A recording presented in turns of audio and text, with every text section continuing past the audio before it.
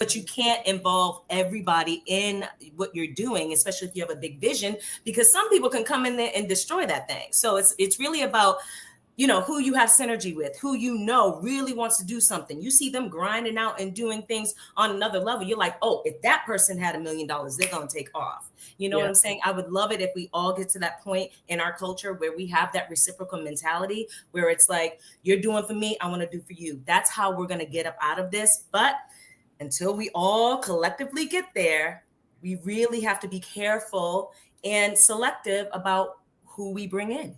Good stuff. And so for you, Dr. Sabrina, if you got $50 million, what you doing? You giving it to your family? What you doing?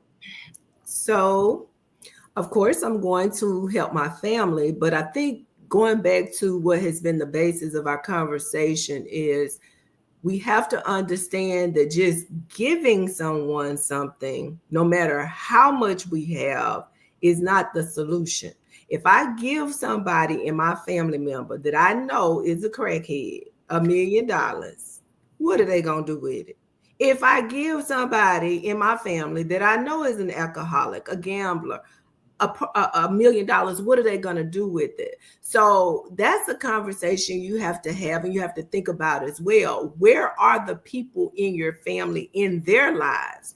Now, again, giving people money and not giving them the knowledge that they need, the education that they need to manage the money. I think we get so caught up on this, if I had the money. Well, that's just part of it. If you give it to them and you don't give them the knowledge, what we need to do is take some of that $50 million and send them to the Black Business School. You know, and give them some knowledge, something to go in their head so that they know what to do with what you put in their hand. Because no matter how much you put in some people's hand, it's never going to be enough.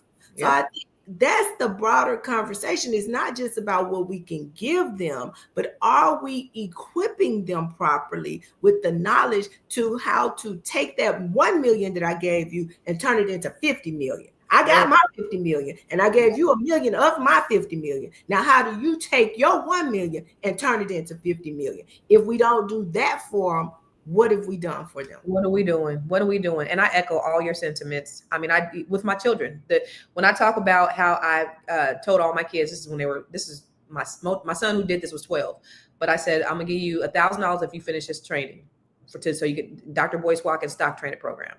Offered it to all 4 of my kids. They were little. So he was 12. That means my other one was 10. That means my other one was 8. And it means my daughter was 17. So they were all young. My daughter thought she was rich. You know, if it wasn't on TikTok or whatever, Snapchat, she wasn't doing it. But my oldest son did it. He was 12. And as a result, he took that $1,000. He made $8,000. It took him 2 years, but he did, like 12 years old. So those are the things that I'm talking about. It's like the parable of the talents. What are you going to do with this investment? So giving the money without the information is deadly. You have to sit down. And if I have the $50 million, I want to bring as many people along with me, but there are rules. There are boundaries. This is how we're going to do it. And if you don't, I'm going to give you a test. Here go a test. What you going to do with this 1,000? Are you going to bury it? Like the principle, the parable of the talents? Are you going to keep it, or are you going to invest it? What are you going to do with it? And then when we decide, or we see what happens with that, then we can go to the next level.